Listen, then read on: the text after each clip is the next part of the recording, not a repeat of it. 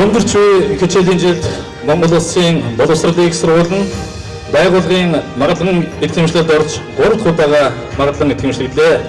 Мөн түүхэндээ анх удаа багш хөтөлбөрийн хөтөлбөрийг олон улсад магадлан эзэмшлүүлэх ажлыг амжилттай зохион байгуулж, математик, медицин багш хөтөлбөрийн хөтөлбөрийг Европын холбооны Азийн байгууллагаар магадлан эзэмшлүүлээд байна.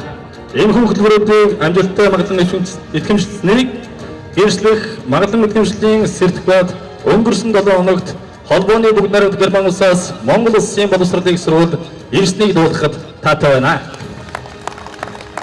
Энэ нь Монгол Улсын боловсролын их сургуулийн хөтөлбөрийн шинжилгээ дэлхийн олон улсад хүлээн зөвшөөрөгдөж зөв чиглэлдээ явж байгааг гэрчилж байна. Иймд Монгол Улсын боловсролын их сургуулийн нийт хамт олон оюутан суралцагч, үе үеийн төгсөгч, хамтран ажиллагч, ерөнхий боловсролын сургууль, боловсролын байгууллагын хамт олондоо баяр хүргэе.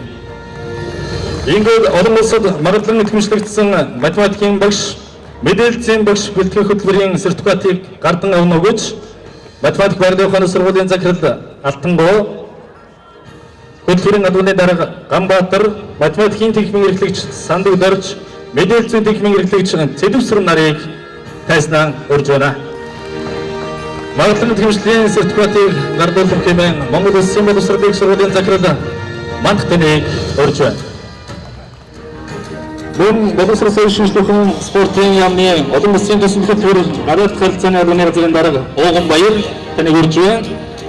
Би боловсролын газрын мэргэжилтэн Янжма таныг бас урьж байна.